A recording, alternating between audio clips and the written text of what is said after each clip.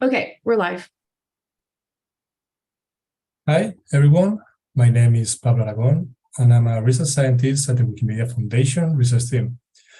I would like to welcome you to this month's Research Showcase. Research Showcases are monthly convenings organized by members of our team to recognize and share recent research on or relevant to the Wikimedia projects. In recent months, we have made efforts to align the themes of some showcases with the agenda of Wikimedia. For example, in October 2022, we celebrated Wikidata 10th anniversary, and in Women's History Month this year, we had a showcase on gender and equity. June is Pride Month, so we understood that this was a very important opportunity to have a first research showcase on Wikimedia and LGBTQIA+. Yes, as there are more and more groups and initiatives in the Wikimedia movement to increase participation and visibility of LGBTQIA+ content and communities, there is a growing body of research exploring these gaps on Wikimedia. An illustrative example comes from our research team in the Knowledge Gap Index developed by my colleagues to measure knowledge gaps in Wikimedia projects.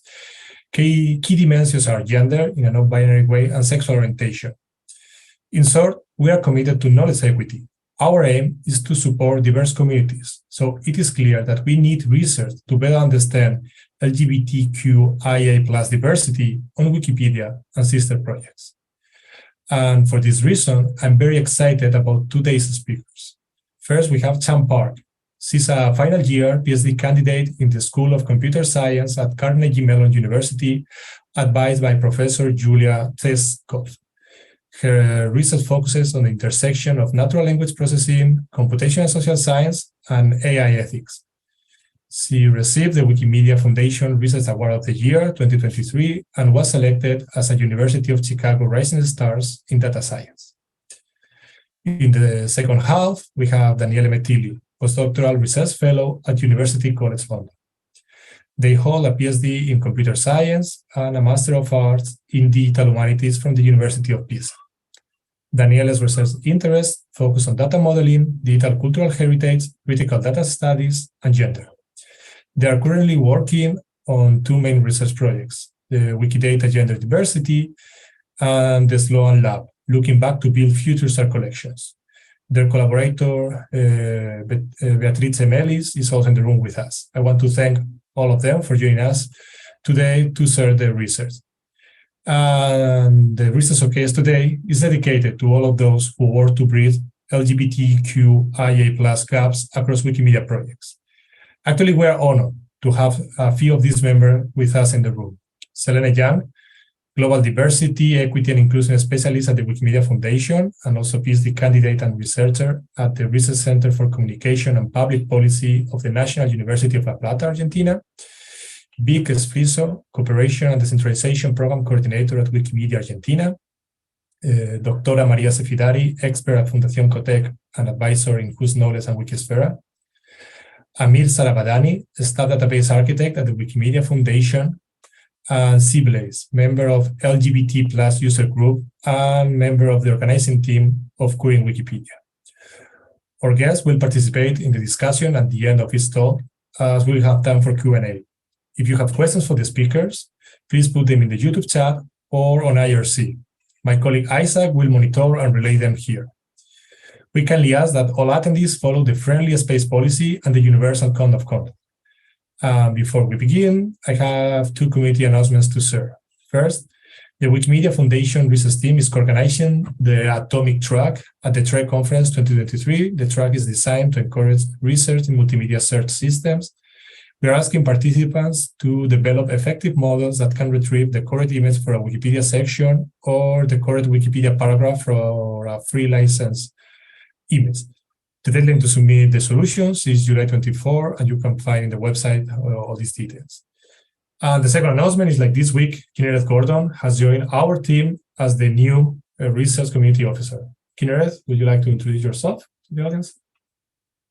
I will. Thank you, Pablo. My name is Kinneret, and I will be, as Pablo said, joining as the new Research Community Officer. I'm very excited to work with communities to help them grow, to help the research communities grow within the Wikimedia movement. And I'm especially excited to join during this very important month and discussion that we're going to have today. So thank you and looking forward. Thanks to you, Kineret. Thank you all for joining us today. I think we can start with the first talk. So it's the turn for Chan Park. Hi everyone, I'm Chan Park, and thanks Pablo for amazing introduction. So I now know that you like who I am.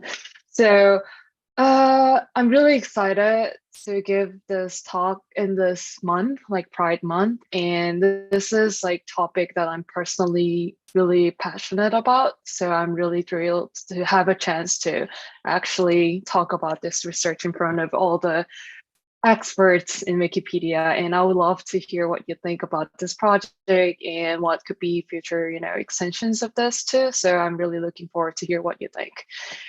Okay, so today's talk is based, oh, I haven't shared my screen. Okay, we'll do that first. Okay, do you see my screen? Yeah. Yes, okay. So today's talk is based on my ICWSM 2021 paper titled Multilingual Contextual Affective Analysis of LGBT People Portrayals in Wikipedia, done in collaboration with my amazing colleagues Shinlu, Anjali, and Yulia. And I first want to start with my presentation that I acknowledge that there's it's not just LGBT and it's LGBTQIA+, but because of the data availability in this project, our scope was limited to LGBT community, but we do acknowledge the existence of all broad community. Okay. So,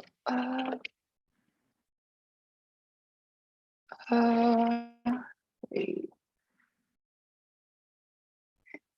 So this is an example biography article of Alan Turing on Wikipedia. So Wikipedia is known to have more than 1.5 million biographies in English alone.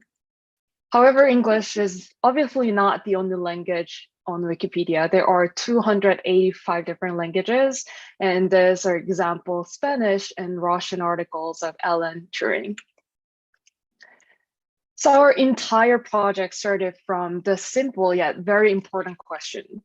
Are there differences in how English, Spanish, Russian, or in general multilingual Wikipedias portray people?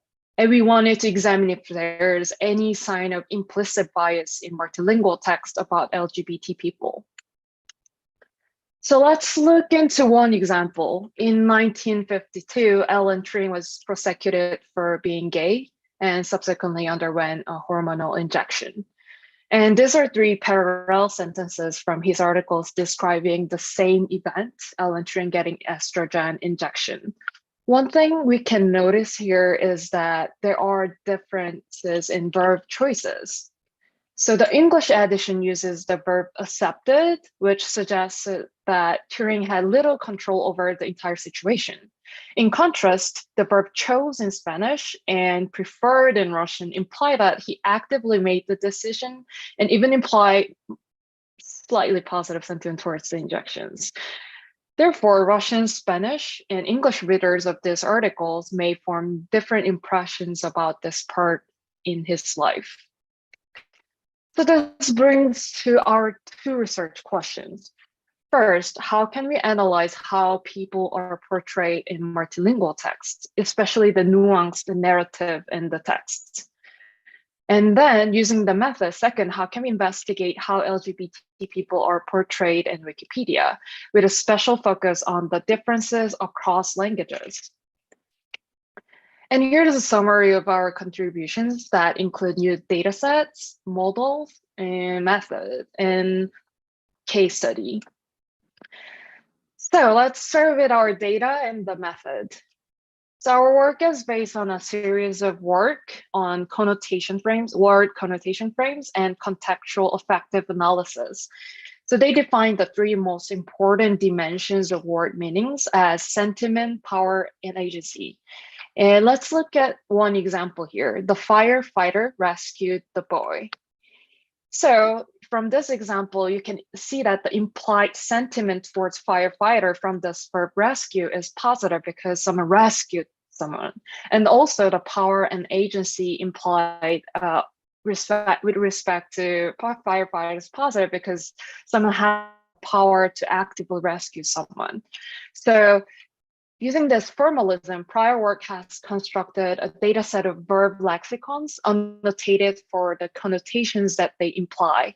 So each transitive verb represented as X verb Y is annotated with their implied sentiment, power, agency as shown here. So positive, neutral, negative.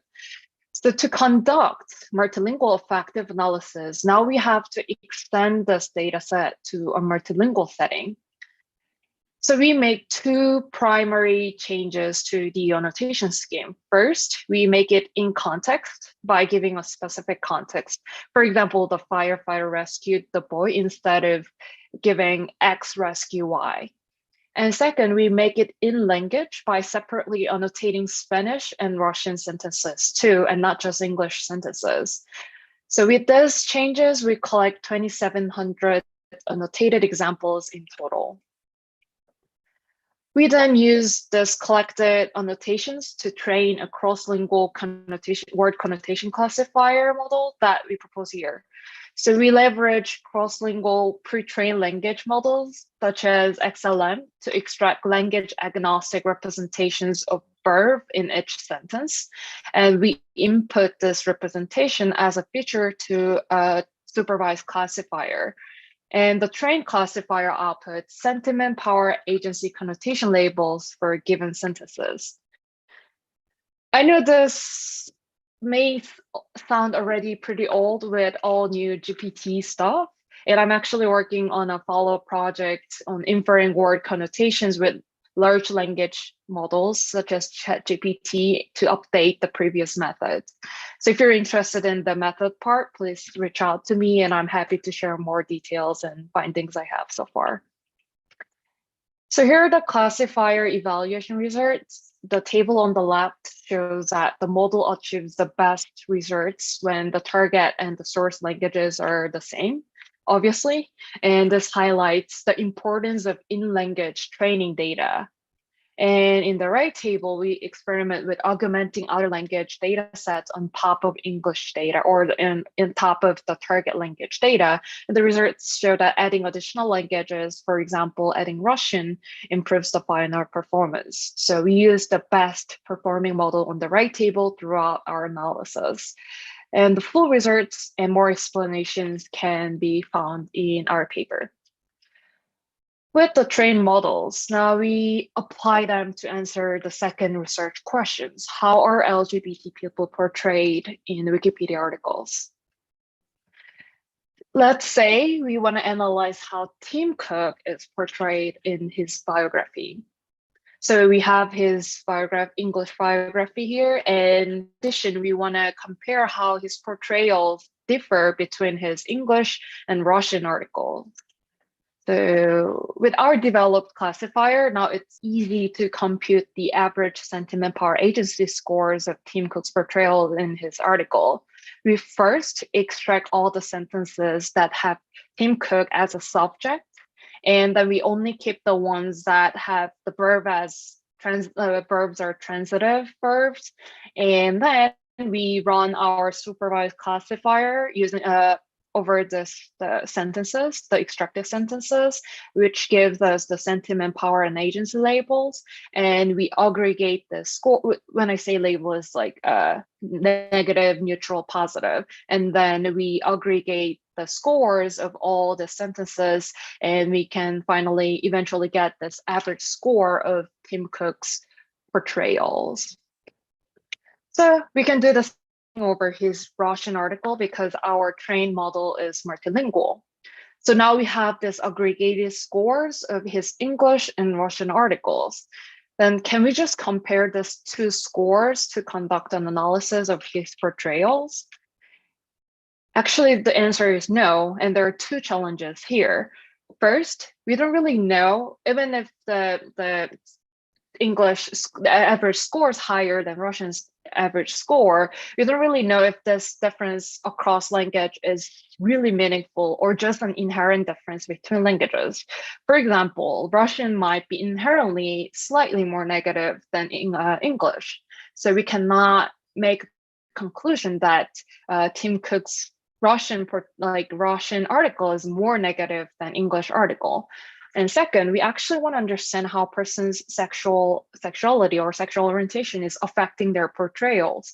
So we want to actually compare Tim Cook to someone who has like all the same attribute except for sexualities to isolate the attribute we actually want to examine. So to address those challenges, we need to do a controlled analysis. In other words, we need to match a target corpus with a comparison corpus. So to find a good comparison match for a given target, we use target's category information in their Wikipedia biography. Wikipedia editors thankfully often mark each person with the categories they belong to, such as the college they went to or companies they worked for. And there are also categories that indicate that they are a member of the LGBTQ community as well. So to find the best match, best comparison for the target, we find a person who shares the most similar traits, except for the sexuality. In other words, we compare the list of categories to everyone on Wikipedia and find a person that shares the most categories except for the LGBTQ categories. And as a result, we find someone that shares like a lot of categories with Tim Cook, which turns out to be Steve Jobs. So we have Steve Jobs as a match for Tim Cook, which makes a lot of sense as they are the CEOs of the same company and Steve Jobs is not gay. So now we have this match and we have English articles and Russian articles of Tim Cook and Steve Jobs. And we now can compare this two persons to get the diff scores, which indicates how Tim Cook is portrayed in comparison to Steve Jobs. So when the sentiment score is positive 0.1, it means Tim Cook is more positively portrayed than Steve Jobs. And if the sentiment score is negative 0.2, it means Tim Cook is more negatively portrayed than Steve Jobs. So now we can compare the diff scores across languages to make a robust conclusion that a certain language is more positively or more negatively portraying another in compared to other languages. And we dive deeper into this matching part of this method in another follow-up paper, which is control analysis of social biases in Wikipedia bios. And we compare a lot of different ways of matching and advanced ones too, TF-IDF and propensity matching, and evaluate them thoroughly. And then we apply this matching algorithm over a variety of social biases, such as race, gender, and sexuality, and also intersections of all these social biases. So please check our paper out for this analysis. Okay, so now we have the model methods and the matching algorithm. So we finally present the results of effective analysis of narratives describing LGBT people. We introduced another new data set we use for analysis, LGBT bio. We collected a multilingual corpus of more than 1,300 Wikipedia biography pages for people in the LGBT community, and they're matched control that are available in 3 languages of our interest: English, Spanish, and Russian. And this is the computed average diff scores of the articles in LGBT bio. The results show that LGBT people are portrayed with significantly more negative connotations in Russian articles, but more significantly more positive in English articles. And results turn out to be more mixed, and the variance of the score is relatively larger in Spanish, which is commonly spoken and edited by people from a diverse range of countries. And these trends align with survey results about perceptions of LGBT people in English, Spanish, and Russian-speaking countries. We also conducted analysis on how perception changes over time or by their birth state, and how they are different based on people's occupation and nationality. So again, please check our paper for this additional analysis. So before we wrap up, we show how our model and method can enable one of the intended use cases of our model, which is identifying sets of articles that could benefit from manual investigation and possible revisions. So we manually examined, read the 10 article pairs that had the greatest difference in power scores between English and Russian, where the English article is more positive.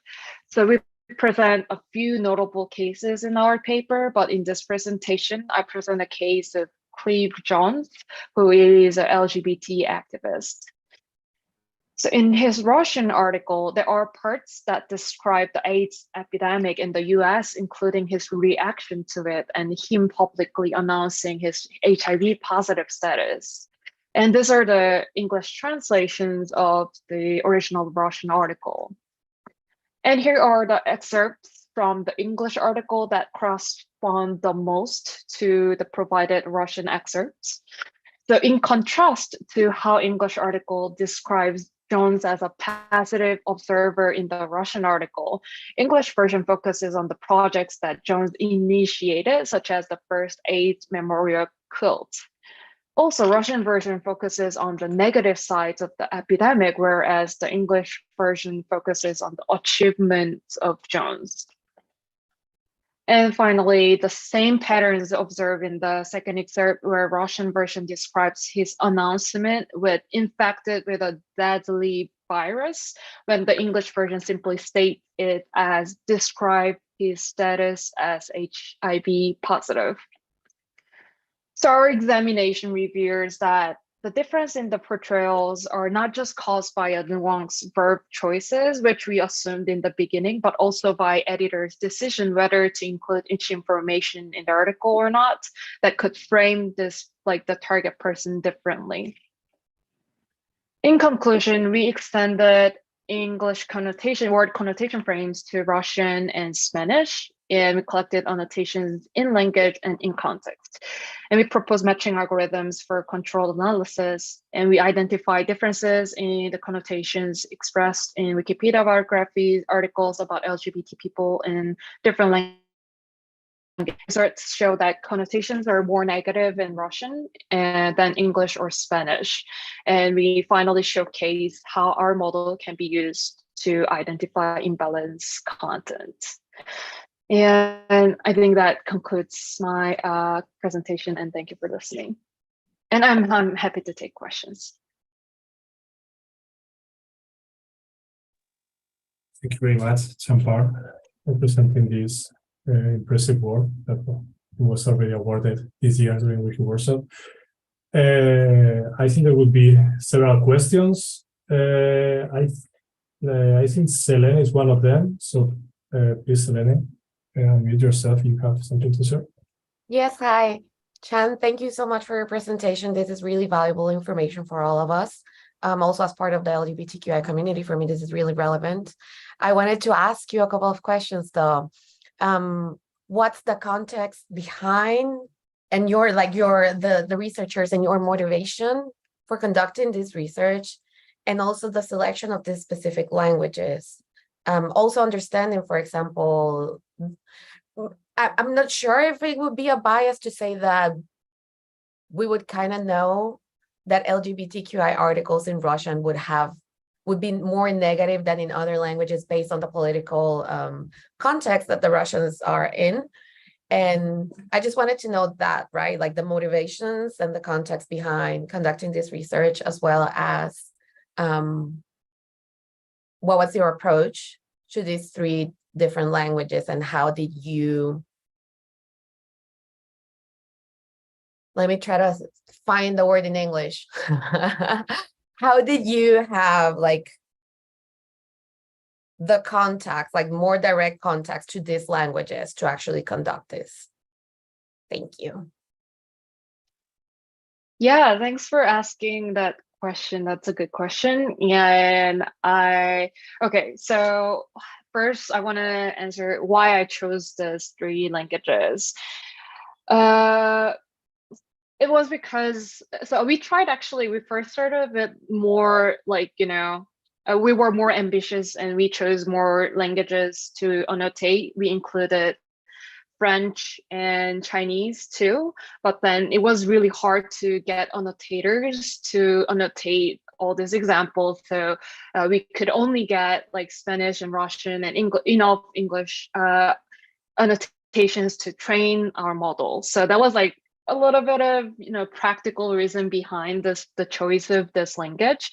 And I want to highlight that back then, when this was actually conducted in 2020, it wasn't the cross-lingual transfer, so using like the English model over other languages, it wasn't as good as now it is. So like with ChatGPT and other models, it became so much easier to do even like zero-shot transfer. So without even actually collecting other languages data, you can actually train a pretty reasonably decent word connotation classifier. So things have changed. And as I briefly mentioned in my presentation, I'm working on, it's like improving this method. And I've seen a really, really good performance even without in language annotation these days.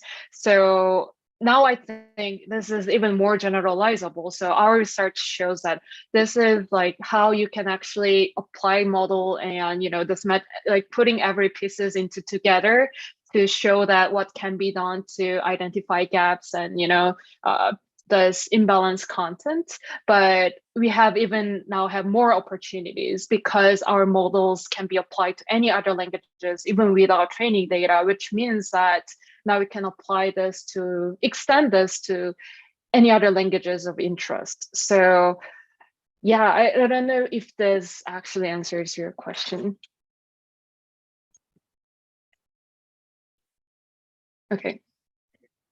Stella for the question and Champa for the clarification.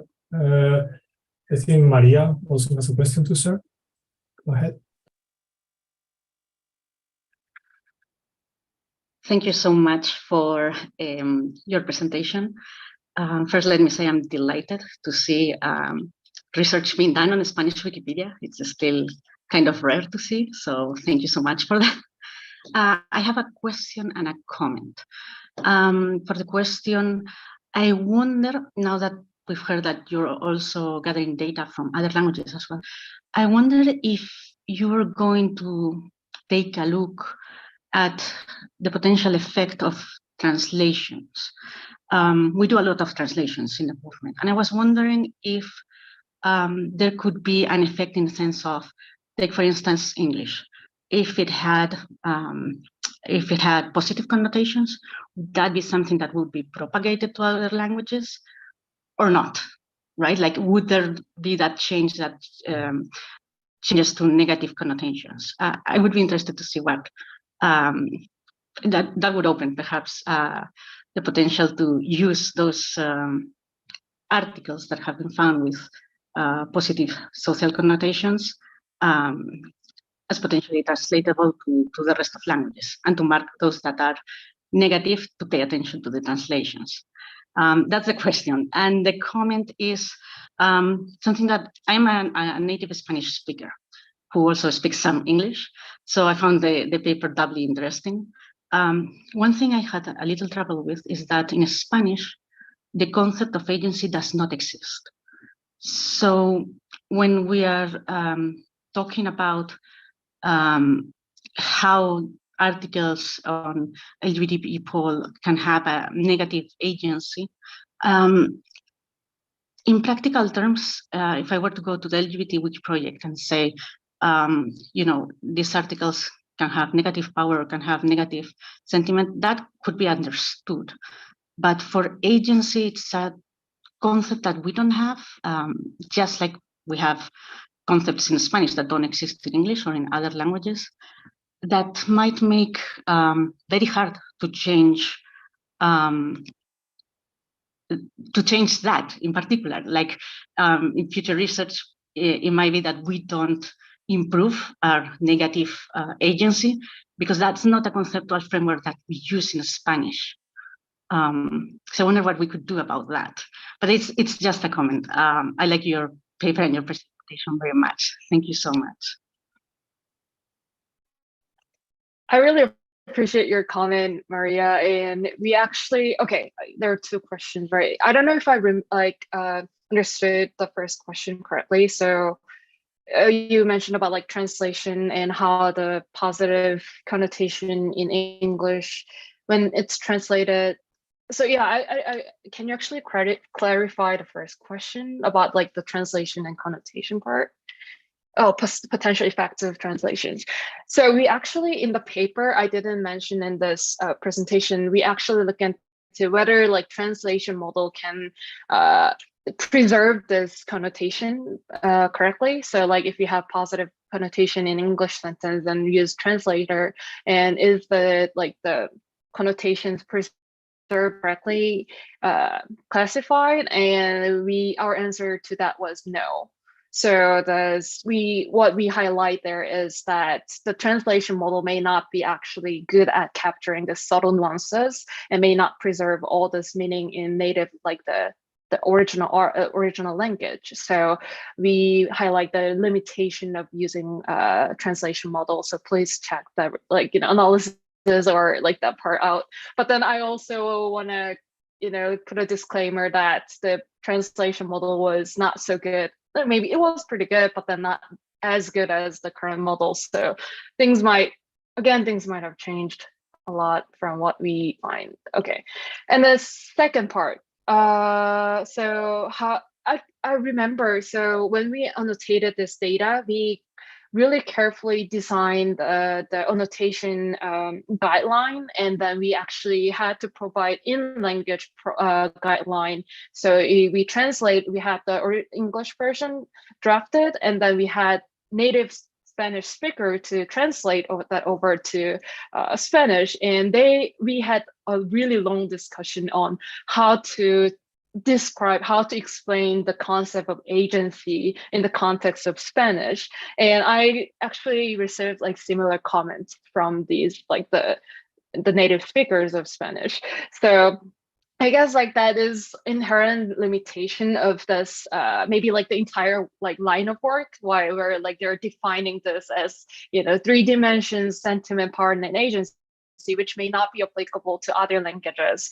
So I guess that's like inherent limitation, might be limitation of our work. And I guess like that's something we can note, like that, in other languages, this may not be applicable. So that's really important comment. And in a NLP where English seems to be dominating everything. So I really appreciate your comment on that.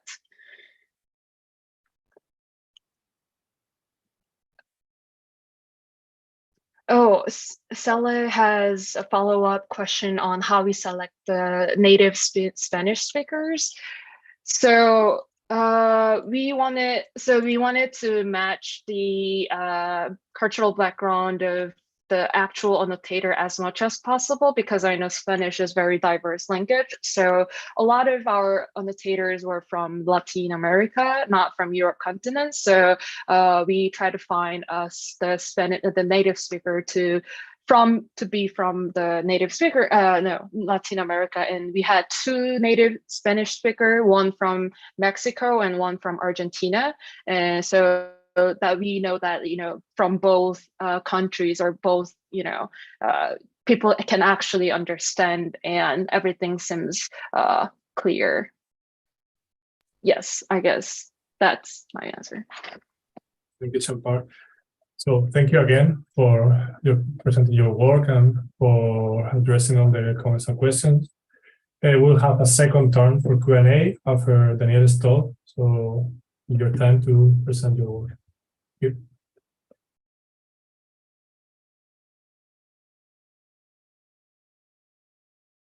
you. Should I start? Yeah. Please remember to share the slides first.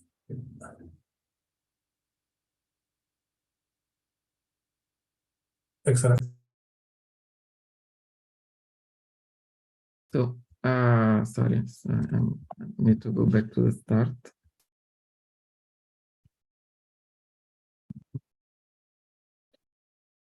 Sorry about that. Thank you for inviting us. I'm very happy to be here today. This presentation is titled "How do you represent my gender? Challenges and opportunities from the Wikidata Gender Diversity Project." I'm Daniele Metilli from University College London, and my team is made of 4 people. Beatrice Melis, Marta Fioravanti, and Chiara Paolini are my colleagues. Beatrice is here today. Our project is called Wikidata Gender Diversity, or abbreviated WGEDI. It is a 1-year project funded through the Wikimedia Research Fund, and we're very happy to have this, have been given this opportunity by the foundation to do this project.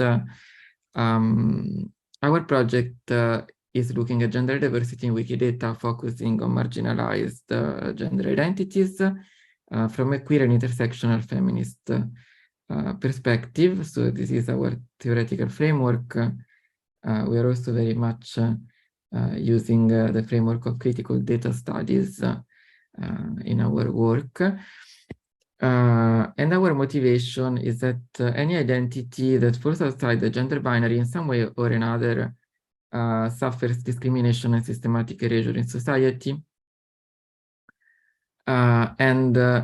This impacts any kind of gender diversity or sexual diversity also, including trans people, non-binary people, intersex people, gender non-conforming people, and anyone who does not conform to the traditional Western view of gender as a binary.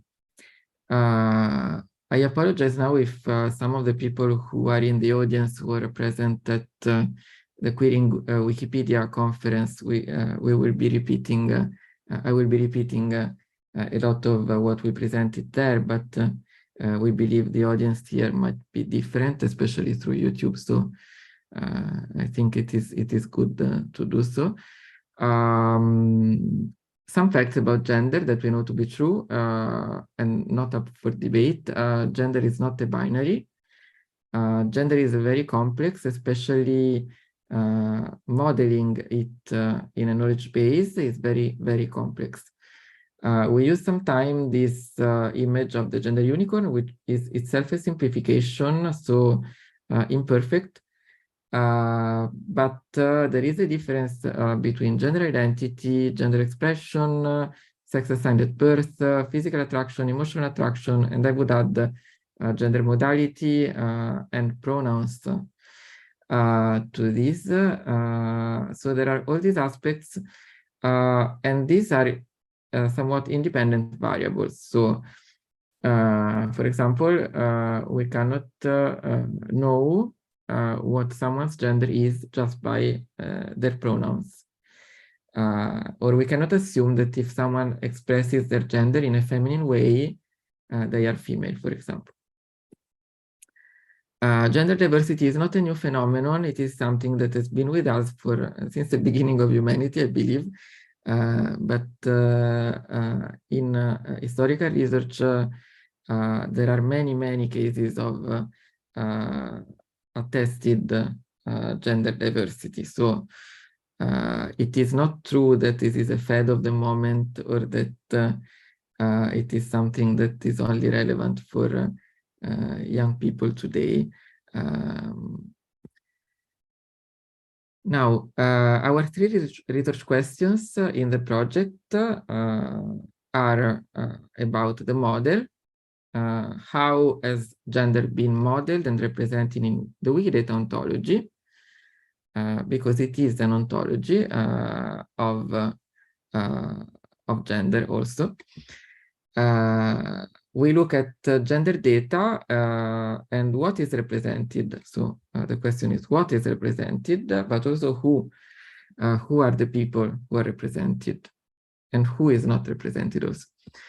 And then there is the why. For the why, we are looking primarily at discussions, user discussions about gender, because we have built a corpus of user discussions, and this is very useful to understand what were the users thinking when making certain choices. The 3 project outcomes that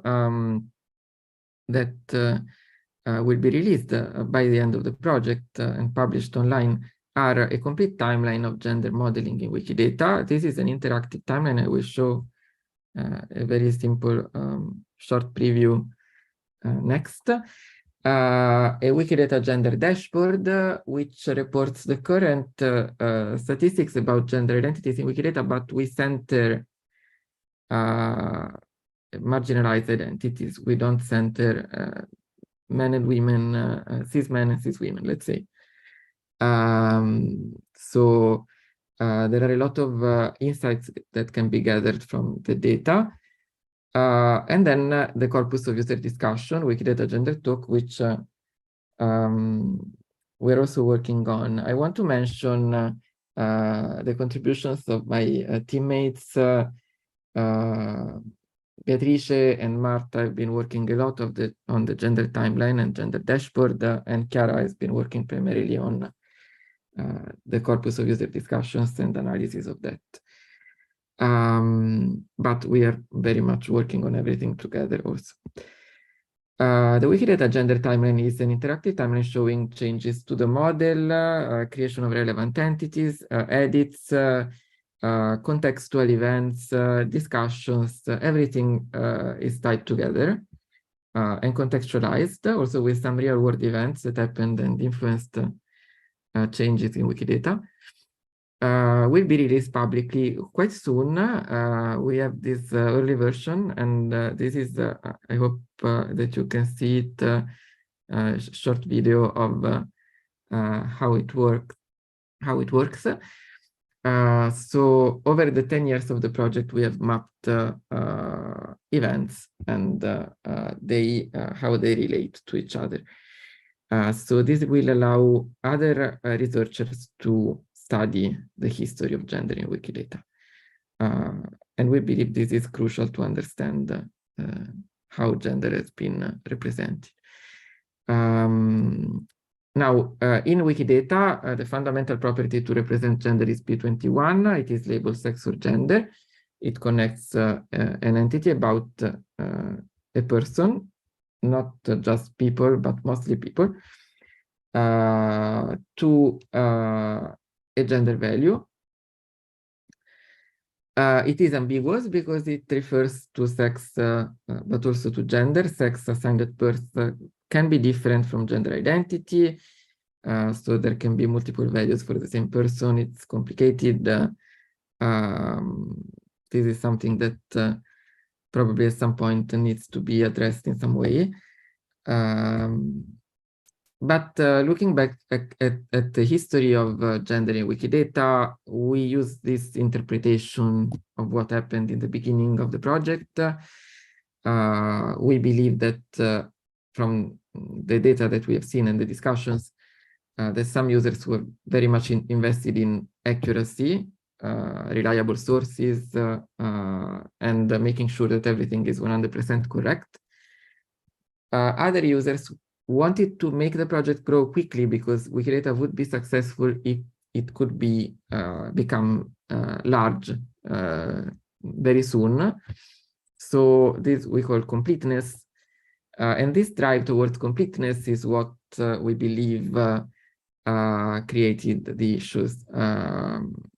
Of course, the users were not trying to make anything wrong here. They wanted to make the project successful, but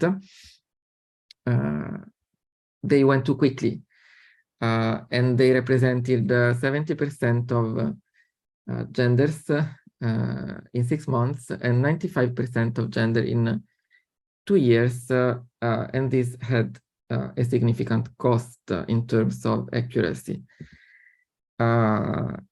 Among the early missteps that we have seen, and I want to stress, not all users had the same views, but the majority seem to believe that every human must have a sex or gender first. and only one, or at least only one at a time, let's say. And only one of the allowed values. And the allowed values in the beginning, there is a very interesting discussion where a user says only male and female, and then someone comes up and says also intersex.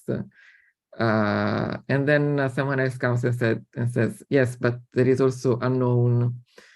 Yeah, but mainly it was male, female, and intersex, and there were no other allowed gender identities in the beginning.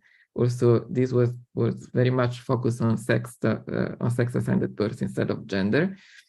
Although, as we know, intersex people often have a sex that is not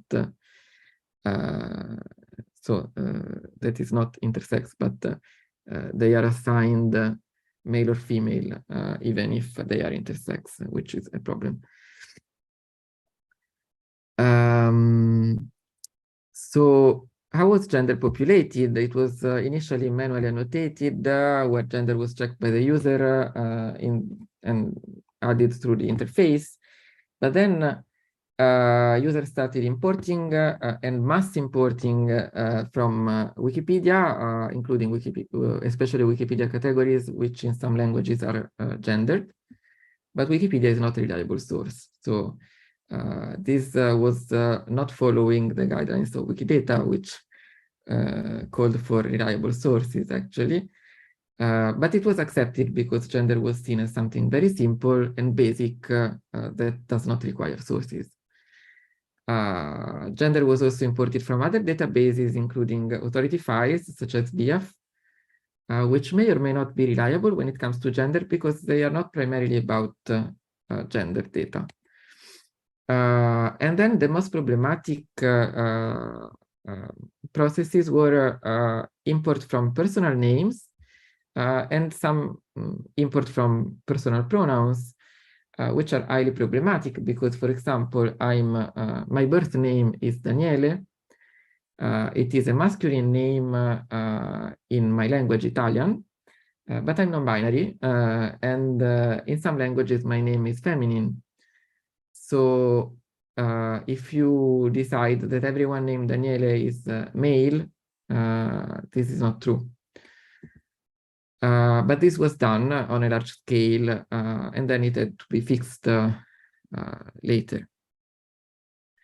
There is, luckily, the users then developed a much richer and more nuanced taxonomy of gender identities. These identities were allowed as values of P21.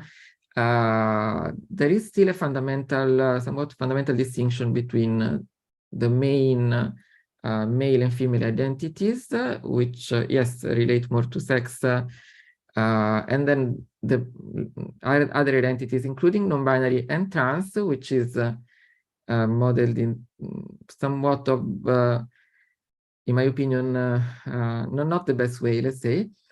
But then there is also the non-binary umbrella, which is has a lot of subclasses which represent every possible non-binary identity, although still takes a position because it says that all these identities are subclasses of non-binary, which not everyone agrees on. When it comes to statistics about the data, which we will put in the gender dashboard, we are working hard on that, especially my colleague Marta.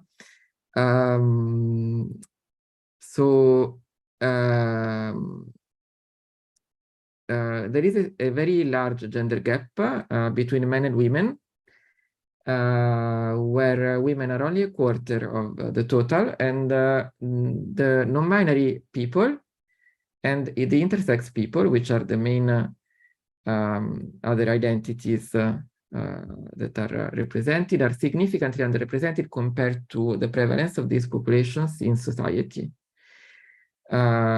We include, of course, 400 trans men among men and 1,600, let's say, trans women among women. In Wikidata, they are kept separated. but we know that trans men are men and trans women are women.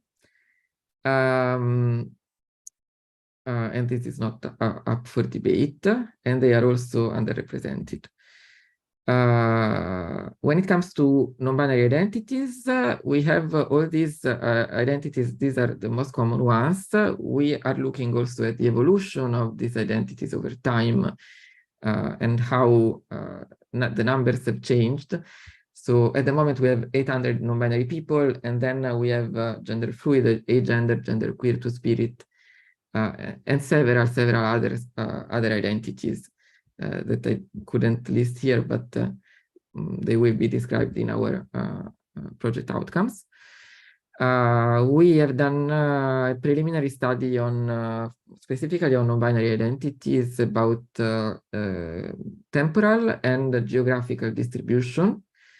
So we see that they are most prevalent in the United States, which is also a kind of gender gap if they are not evenly distributed, of course. A kind of gap, let's say, not gender gap, but geographic. And they, of course, are more distributed towards recent times compared to the past. We are also working to analyze the representation of trans men and women, where we have found a lot of problems, including the labels used to describe the identity, which has only recently been changed to trans woman, trans man, which is a correct term, and previously used transgender female, transgender male, sorry, this should be male, which was somewhat outdated. The classification was wrong in past years, from 2014 to 2016. If you queried Wikidata and asked for all women, you wouldn't get any trans women. This is a significant exclusion. This was later fixed. There are several instances of dead naming that we have found, editors, especially around gender transition. And when someone announces their gender identity, there is a lot of editors going on there, especially if the person is has a high profile or is famous. Then another thing that we have been looking at is gender properties for family relations, where we have found that some of them have been going towards gender neutral, and some of them have not, especially mother-father is the sticking point that we hope that will be fixed, because recently, I think 1 year ago, maybe, a parent property was created to replace mother-father, but it was not adopted. So this is very strange. It was only applied to a very small subset of people and not to everyone. But for example, brother, sister, and I participated in the discussion. I remember trying to adopt sibling instead, which was ultimately successful. Finally, I want to discuss our other project outcome, which is the corpus of user discussion. We are analyzing this corpus using computational linguistics, including discourse analysis and topic modeling, both qualitatively and quantitatively, to reconstruct especially the history, but also, for example, the previous wonderful presentation by Chan gives me a lot of ideas about what we could do with this corpus, also looking at different languages and not just English as we have done until now. This is just an example from the topic modeling showing that the discussions cluster around certain topics, including gender identities, grammatical gender, transgender identities, and we have found a lot more and a lot of interesting stuff here that will be published at a later date. Our initial publication, which you can find on our website, is this book chapter, Non-Binary Gender Representation in Wikidata. It is still in press. It has taken a long time to get it published. It will be published by the end of the year, but you can read it online. The book is called Ethics in Linked Data. There is also a lot of other interesting papers in there, so check it out when it comes out. We also are very happy to announce today that we got 2 other proposals accepted for papers in a special issue of Internet Histories, where we will discuss the history of gender in Wikidata, and a special issue of Communication, Culture and Critique. Just yesterday we got this news, so these 2 papers will be published in the coming months, and we will have 3 publications at least. We also will do a proposal for a book chapter for applied linguistics along other researchers, but in due course we will talk about that. Now, yeah, I'm a bit late, so let's conclude. We are doing a lot of interesting presentations focusing on different aspects of our work. Some are towards the community. We have done 6 presentations now, and we will do 2 more in July. We have been accepted at Wikimania, for a panel, so we will also do that in August. And we will organize an end of project event where we want to invite you all, at least everyone that who is interested in gender in Wikidata, because we have now a very good plan for this project event, and we want to discuss a lot of the topics that we have talked about today. This will be in September, October. The dates are not finalized yet. But just to conclude, I want to state a collaboration is key. So we don't view our project as something isolated. We view it as part of an ecosystem, and we have reported here some names that you know about of groups of people and other projects that are working on similar stuff. And there are a lot more I want to say, and we want to build bridges with these projects to try to come together, and when it comes to Wikidata, find some solutions also, not just looking at the problems. And maybe at some point develop a proposal that is supported by a lot of people, and it has been vetted by a lot of people, where we can, with the community also, try to get it approved and fix the remaining issues in Wikidata gender representation. So just concluding, yeah, this is our project. This is what we're doing to study the history and current status of gender diversity in Wikidata. As future work, as I said, we hope to be able to develop a set of recommendations. We were a bit worried because our project was supposed to end at the end of August, but thanks to the Wikimedia Research team, we can now announce that our project will instead end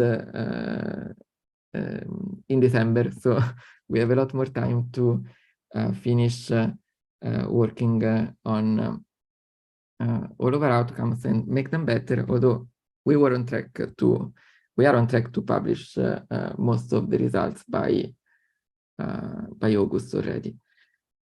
So thank you very much. This is our website. For now, it's still a work in progress, and there is not much information, but you can at least see our publications, presentations, our contact information.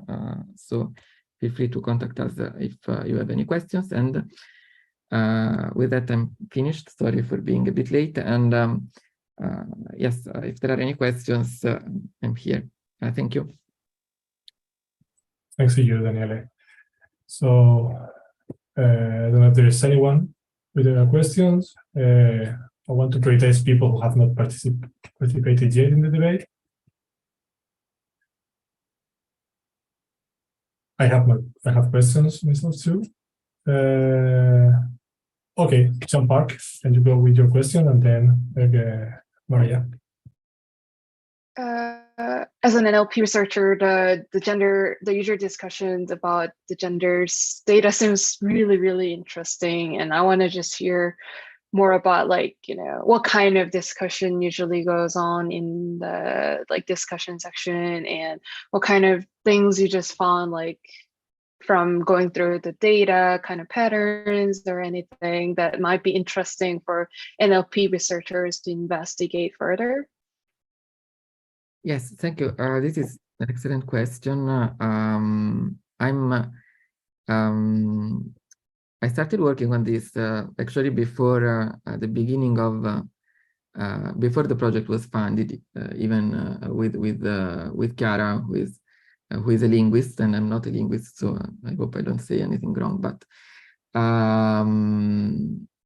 we have done this initial topic modeling study, which has been the main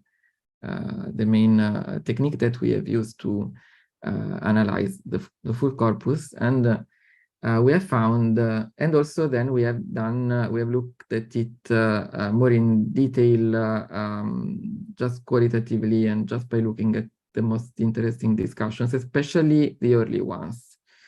So from the point of view of how the discussions have evolved over time, we have seen that in the beginning there was a complete lack of awareness of issues related to the representation of trans people, non-binary people, and gender diversity in general. For example, no one ever mentioned the existence of non-binary people. So in the beginning of the project, so around 2012, 2013, there is like no mention of non-binary. Or even trans, there are very few mentions. This is just to say that then we have seen a significant evolution where, especially later on, around 2017, 2018, if I remember correctly, there was a lot of discussions around trans people. Because this came up probably in the news also. There were some famous people who announced they were trans. Of course,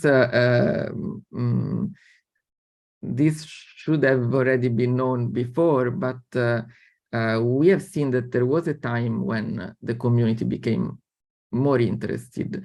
But we have also seen that in early discussions, there were very few users, but that were very vocal about the need for a better representation of gender, a better modeling of gender, and using reliable sources. So it is not that the whole community was uninterested or didn't care. That's not true. It's just that the people who were more influential did not have a good understanding of issues around gender. And so it took a lot of effort by several groups of people, including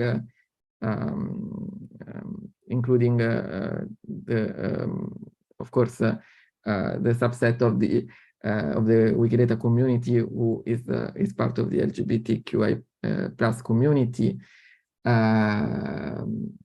and user groups, but also people from outside who came and said there is a problem here.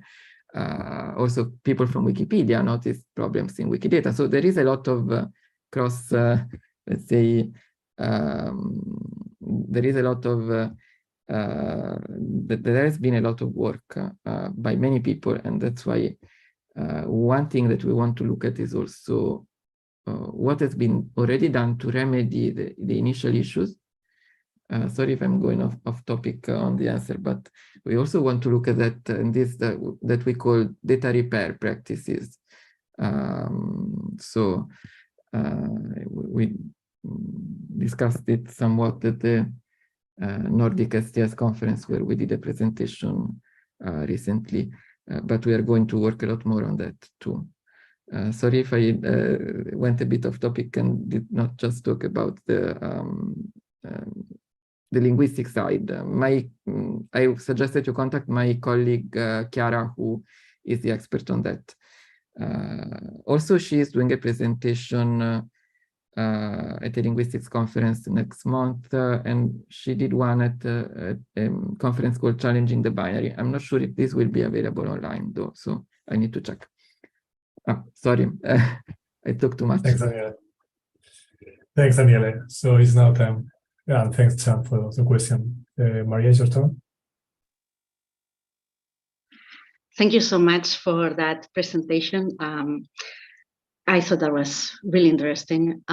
Just to echo what you were just talking about, when Wikidata opened in 2012, I am the person who went there and created the item for gender identity, for non-binary, for LGBT, because I thought it was so important that we could have those concepts clear from the start.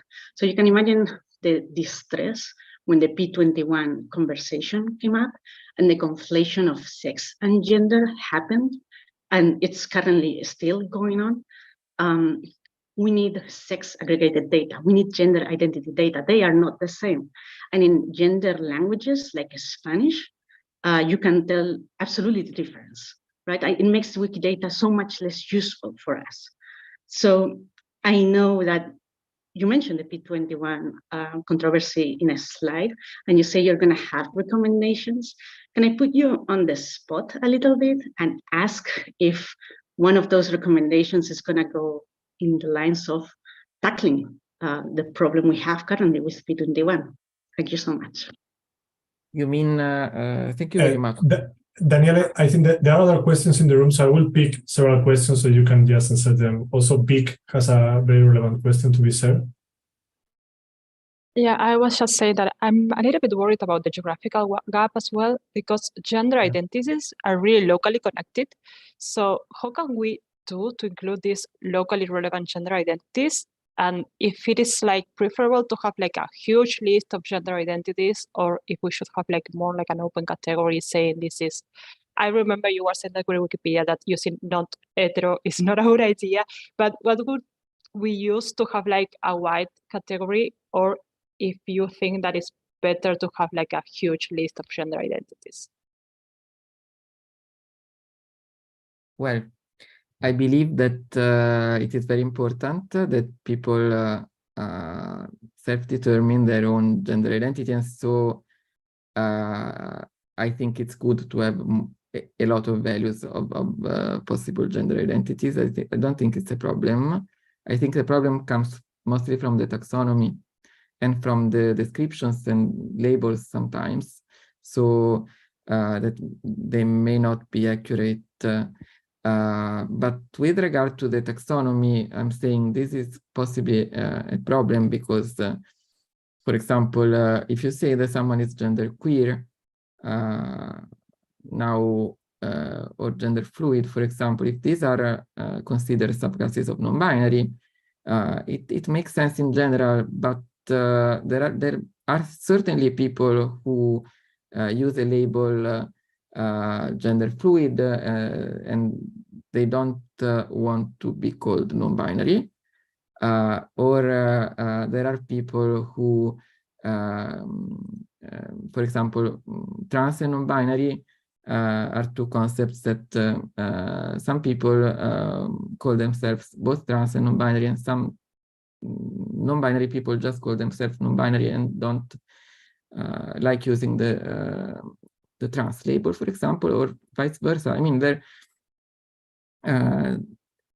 so imposing a taxonomy is always a problem. I believe we are looking now at what the Homosaurus project has done. This is a project that has built a controlled vocabulary of terms related to gender, and we want to understand what is the difference compared to the current Wikidata taxonomy, and if we can get some insight from there.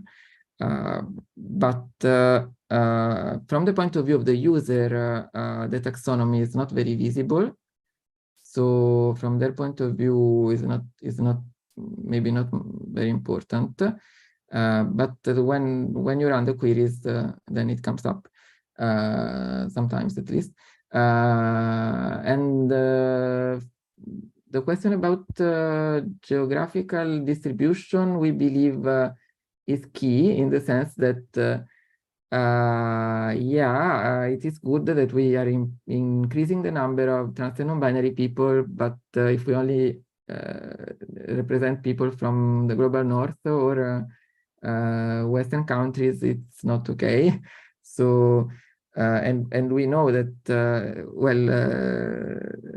people with gender diverse identities are distributed all around the world. So, and then the other question was, the question by,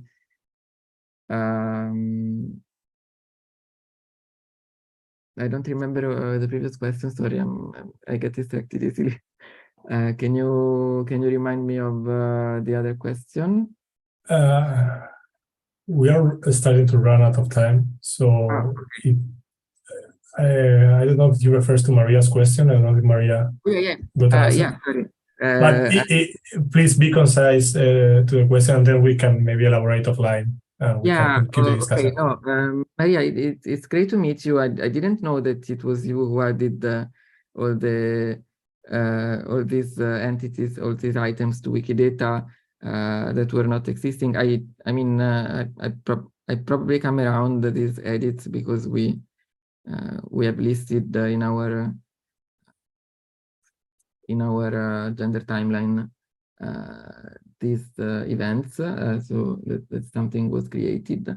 But when it comes to P21 and the distinction between sex and gender, this is difficult. This is difficult because, okay, everyone agrees that these are two different concepts that should not be conflated, but at the same time, does it make sense to have two properties where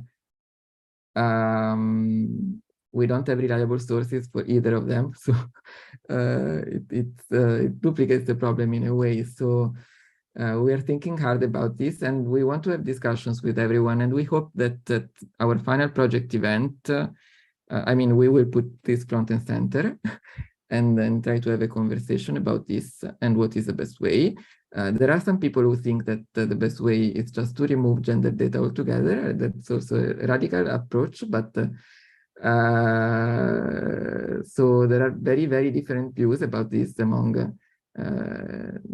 in the community, but among people who are interested in gender representation. So sorry, I don't have a good answer right now for a good solution, but this is something that we are definitely studying, and we hope to find some kind of solution that works by the end of the project. Yes.